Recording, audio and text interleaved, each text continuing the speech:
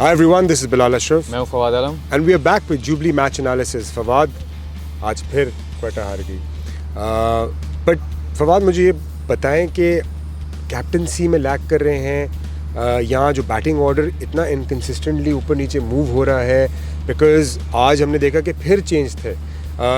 मेरे ख्याल से अगर प्लेयर्स को यही नहीं पता कि वो किस ऑर्डर, और सरफराज आज खुद नीचे आए, आई थिंक प्लेयर्स को भी नहीं मालूम हो रहा कि वो कौन से नंबर पे बैट करेंगे। एक अच्छा अगर ओपनिंग कॉम्बिनेशन आपका बना हुआ है, एटलीस्ट उनको भी अंडरस्टैंड आपस में एक दूसरे को करने में टाइम लगता है। मुझे पर्सनली लगता है कि ये एक इशू है। What's your opinion? अब समझ से बाहर है, क्योंकि कैप्टनसी पे तो कोई बात ही नहीं कर सकते, क्योंकि 8वां साल है और 8 साल से सरफराज ही जो है कैप्टनसी कर रहे हैं कोयटा की। सरफराज ने पाकिस्तान की भी कैप्टनसी की है, तो उसमें कैप्टनसी का कोई वो नहीं। यस, डिसीजंस हैं जो कि समझ नहीं आ रही क्यों कंफ्यूज्ड हैं, मतलब समझ नहीं आ रही। जैसन रॉय और जब गप्टिल आपके पास मौजूद हैं तो आप ओपन कैसे चेंज कर सकते हो यार? टीम की ज़रूरत के तहत भी आई डोंट थिंक सो। फिर सामने जो बेचारा बच्चा ओपन करने आ रहा है वो तो मतलब उसके साथ भी फिर गलत है एक तरह से। वो उसको भी अंडर प्रेशर ला रहे हैं, वो बिल्कुल ही उससे कुछ ना हो, क्योंकि गप्टिल और जैसन रॉय के होते हुए फिर आज सरफराज खुद नहीं आए, आज हफीज़ भाई आए, तो समझ नहीं आ रही कि हफीज़ भाई आएंगे तो सरफराज नहीं आएगा, या सरफराज आएगा तो हफीज़ भाई नहीं आएगा। कुछ अजीब सा मतलब कन्फ्यूजन चल रही है कि सीधी सीधी एक बैटिंग लाइन है, तो उसको बैटिंग लाइन को रखें और उसको भी टाइम दें, क्योंकि टाइम देना पड़ता है। सरफराज अच्छी बैटिंग कर रहे थे, उनको अपने नंबर पे आना चाहिए। 4 नंबर जो वो खेल रहे हैं उस पर खेलें। हफीज़ भाई को 3 नंबर करा दें,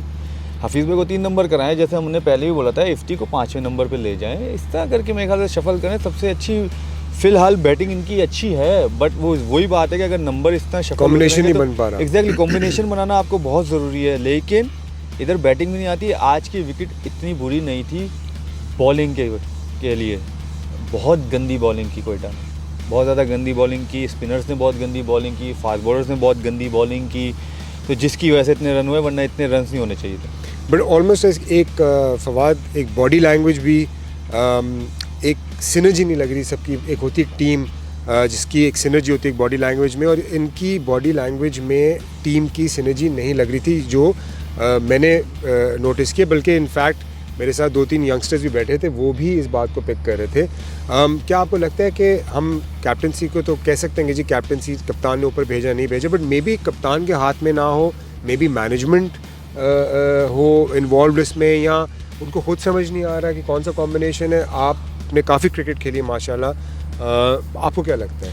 ऑफ कोर्स जी, इसमें ज़ाहिर है मैनेजमेंट का भी हाथ होता है। वो क्या डिसीजंस है, क्या है, वो तो कप्तान और मैनेजमेंट ही जान सकते हैं कि वो लोग क्या कर रहे हैं टीम के। तो अब होता क्या है बिलाल भाई, जब टीम हारती है ना तो यही चीज़ें आती हैं कि कैप्टनसी सही नहीं है, मैनेजमेंट ठीक नहीं है, प्लेयर सही नहीं खेल रहे हैं, एनर्जी नज़र नहीं आ रही।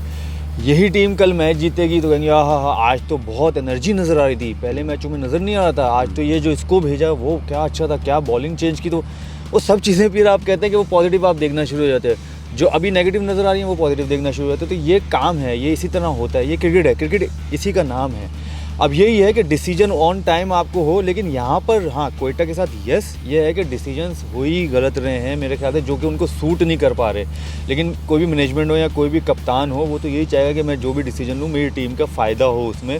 तो वो लोग भी वही करने की कोशिश कर रहे हैं, लेकिन शायद वो किसी एक पेपर पे खड़े हों जहाँ पर उनको लगे कि हाँ यार ये आखिरी 6 मैच जो हैं हमारे, हम इस पेपर पे रहते हैं और इस पे रह के खेलते हैं, तो होपफुली हम यहाँ से अच्छा परफॉर्म कर सकें और कम बैक कर सकें। ऑफ कोर्स, बिकॉज हमने देखा कि पिछले 2 साल से क्वेटा आई थिंक क्वालिफाई भी नहीं की पिछले इनमें से 1 साल पे, और बिल्कुल ही एक ऐसी परफॉर्मेंस रही कि हमें लग रहा था कि चलो इस दफ़ा आके सिनर्जी या टीम जेल या जो इश्यूज़ थे वो रिजॉल्व होंगे, लेकिन वो कैरी ऑन ऐसे लग रहा है कि हुए हैं पिछले PSL से भी। But Fawad again not taking anything away from Lahore, I mean Shaheen Afridi, हमें उनके वो पुराने शाहीन आफरीदी के शेड्स नज़र आए। पहली ओवर में उन्होंने विकेट ली और उसके बाद आज इतना अच्छा परफॉर्म किया सब ने as a unit, plus Rashid जो है उनकी भी इंक्लूजन, क्या कहेंगे आप? देखें बिल्कुल जैसे आपने कहा ना एज ए यूनिट। अब क्या था आज लाहौर की ख़ास बात क्या थी कि उनके ओपनर से लेकर नीचे तक सब ने चिप इन किया, थोड़ा सब ने चिप इन किया है। फ़खर ने थोड़ा किया, उसके साथ जो ओपनर थे उन्होंने किया, शाय होप ने बड़ी ज़बरदस्त बैटिंग की,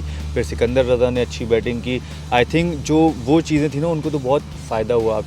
तो यही है कि एक अच्छी टीम का यही होता है, यही जो है लाहौर के अंदर लैक कर रहा था कि नीचे मिडिल ऑर्डर में उनसे रन्स नहीं हो रहे थे, जिनको हमने शाइन से ये जो है क्या कहते हैं सवाल भी किया कि जिस चीज़ का कि मिडिल ऑर्डर में हमें थोड़ा सा जो तीसरे चौथे नंबर पे है ना थोड़ी सी कमी महसूस हो रही है, जो कि आगे जब अच्छी बॉलिंग अटैक आएगा, जब अच्छी उनको विकेट्स मिलेंगी तो आई थिंक उसमें ये लैक होंगी ये चीज़ें छोटी छोटी। लेकिन उन्होंने कहा नहीं जी, उनके पास प्लेयर्स हैं, होपफुली वो कम बैक करेंगे। दूसरा भी उन्होंने कहा कि शायद जो है जा रहे हैं, ज़ाहिर है उसका फ़र्क तो पड़ेगा, लेकिन इतना फ़र्क नहीं पड़ेगा क्योंकि 2-3 मैच हुए थे, इससे इतना हाँ 7-8 मैच हो गए होते, उन्होंने ज़बरदस्त परफॉर्म कर रहे होते तो बहुत ज़्यादा होता।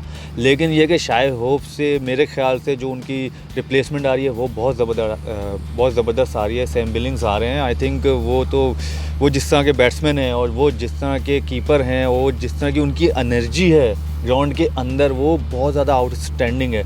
और जहाँ तक हमने शाइन की बात की, शाइन के बारे में तो पूरी दुनिया जानती है और वो जिस तरह बॉलिंग करते सब जानते हैं। उनका मेरे ख्याल से रिकॉर्ड है, PSL का भी बताए थे कि कोई 18-19 मैच हैं उन्होंने अभी तक PSL के पहले ओवर में विकेट ली है।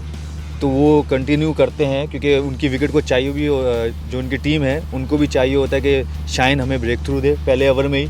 और एज अ कैप्टन भी वो भी चाहते हैं कि भाई मुझसे बहुत सारी उम्मीदें हैं, आउटस्टैंडिंग बॉलिंग कर रहे हैं। जब शाइन और ये रऊफ़ डिलीवर करते हैं लाहौर के लिए बॉलिंग में तो वो अलग ही नज़र आता है। और राशिद खान पे आए तो Rashid Khan world class bowler हैं और उनके आने से नो डाउट जब वो कहते हैं कि हमने रऊफ़ और शाइन को देखना है, अब एक और बढ़ गया बॉलर तो लोग कहते हैं, अब जो दूसरी टीम है वो कहेंगे कि हमने अब राशिद खान को भी देखा। 3 बॉलर आ जाएंगे किसी टीम के पास T20 में तो वर्ल्ड क्लास बॉलर्स 12 ओवर, वो वर्ल्ड क्लास बॉलर और तेज़ बॉलर और फिर एक स्पिनर ऐसा जो वर्ल्ड क्लास स्पिनर है, तो 12 ओवर सामने वाली टीम को खेलना होता है, उसके लिए बहुत प्लानिंग करनी पड़ती है। बिल्कुल। एंड अब तो ये है कि ऑफ कोर्स आई थिंक सब टीम के अभी भी काफ़ी मैचेस बाकी हैं, but it's getting tougher. Competition जो है मुश्किल होता जा रहा है, टीमों की परफॉर्मेंसेस भी बेहतर होती जा रही हैं। सो जो वो टीम जो सही तरह परफॉर्म नहीं करी, they really have to now pull themselves up and rework their strategies. Well folks, that's all from Jubilee match analysis, signing off. This is Bilal Ashraf, मैं Fawad Alam, and see you next game. Jubilee insurance, बेफिक्र मुस्तकबिल।